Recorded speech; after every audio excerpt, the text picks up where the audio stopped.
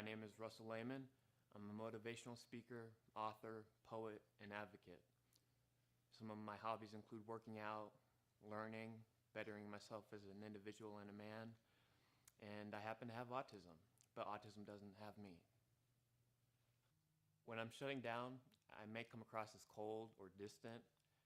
During these times, I just need you to reach out and ask me how I'm feeling.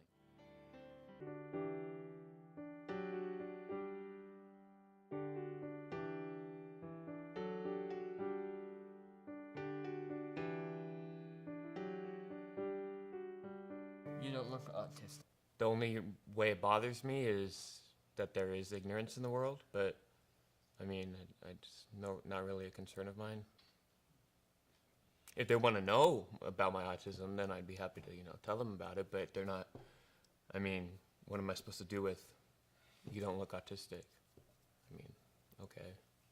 Oh, every day is a challenge, more so because people don't know I'm struggling. Yeah, every single day I struggle vehemently inside my brain, and it's agonizing. Can autistic people feel empathy? I can't speak for all autistic people, but I am on the spectrum. I can feel empathy, too much of it. I like to say I'm hyposensitive when it comes to physical pain, meaning I don't really feel a lot of physical pain, but I'm hypersensitive when it comes to emotional pain. So I'm a very emotional creature. Just because I have autism, it doesn't prevent me from feeling emotions in any way, shape, or form. In fact, it's the exact opposite.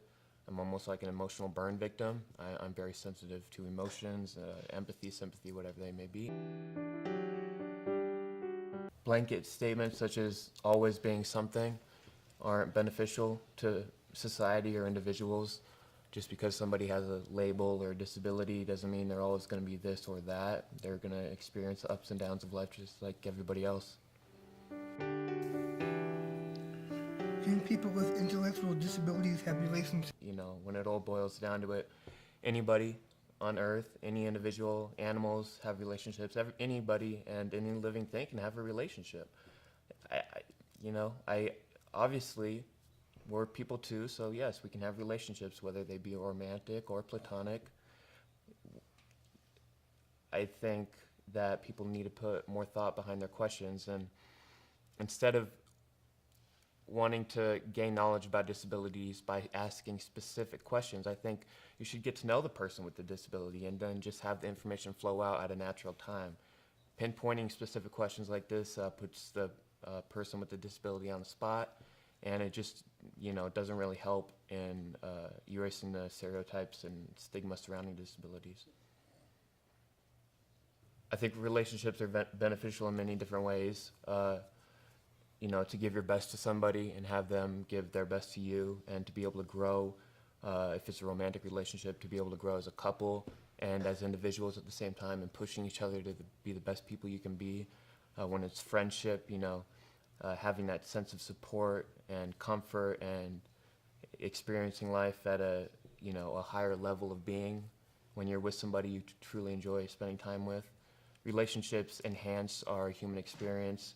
They reveal what it means to be a human, an individual with a disability.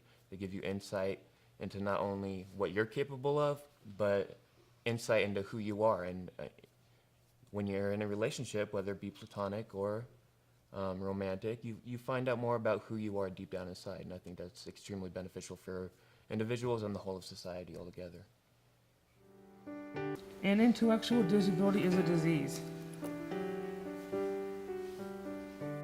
I just don't know how to respond to these because they're so stupid. I mean, come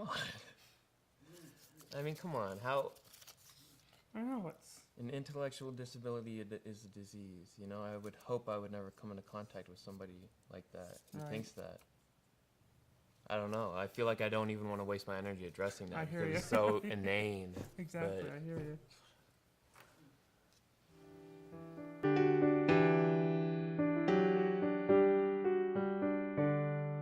I'm just tired of the lack of understanding and even when people do try to understand, they still can't understand unless they've lived it themselves. So I guess that's frustrating, knowing that no one will ever know what I go through personally, ever. You know, I won't know what you go through, ever. We only know what we go Right. through. And that's maybe the most frustrating part, is that lack of connection and being able to relate to somebody, because no one will ever know what we go through, ever.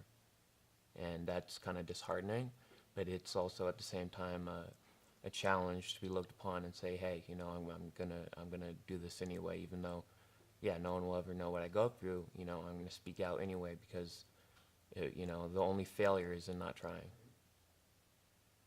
14 years ago, I was terrified of the outside world. I would only speak to my parents, and you know, I had a severe speech impediment. So it's ironic to think how I went from, you know, an unintelligible, young, scared little boy to, you know, this confident young man who is more comfortable speaking in front of hundreds of people than I am one-on-one. And just to feel the vibe from the crowd and get my message out there. And I've been on a remarkable journey, and I'm finally climbing out of the deep valley I've been stuck in the majority of my life. And, you know, I'm ready to get out there and, you know, just live life to the fullest and, you know, have a wild, wild finish.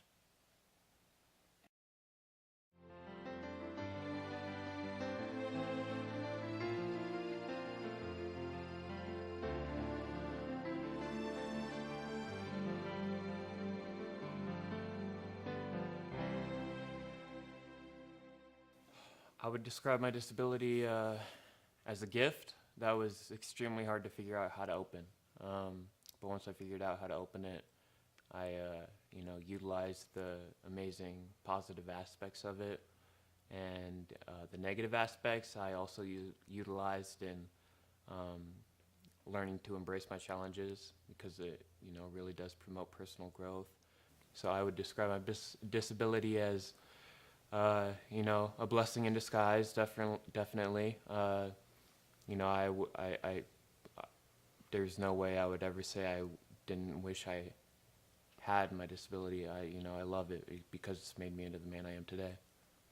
The one thing I wish that didn't happen with it when it comes to my disability is the effect it can have on my loved ones and on my family and friends.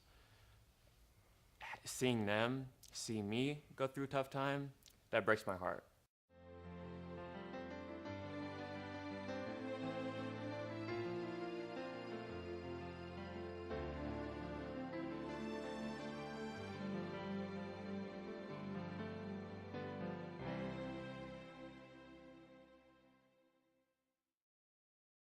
I took online courses at TMCC due to the fact I had been diagnosed with PTSD from my previous experience with public school. And so I was too afraid to enter a classroom or anything like that. I didn't really know what I wanted to do with my life at the time, so I just kind of did it to keep my mind sharp. However, you know, the cost of it, you know, not really going towards a degree of any sort, and having to pay that much money, I decided to drop out and take a second look at my life. And that's when I, you know, stumbled onto, you know, expressing myself, whether it be through writing, poetry, writing song lyrics, or public speaking, which I ultimately came to the conclusion of that I would pursue. So higher education didn't really play a vital role in my life. I've always been kind of an autodidact myself, so I always, you know, read all sorts of textbooks on my own. So because I dropped out of public school after the 5th grade, you know, I had such, you know, didn't expect to really get my college degree, and I think I've learned enough through life to back up what I do now without having a college degree.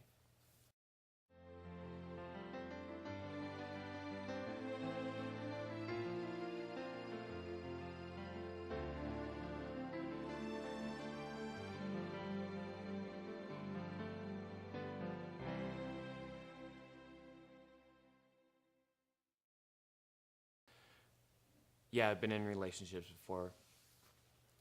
Haven't had a lot of friends, and that's okay. but, you know, my family's there for me, and I'm my own best friend, and I'm satisfied being single. I'm satisfied not having a lot of friends. I'm satisfied having a very loving family, and I'm blessed to say that.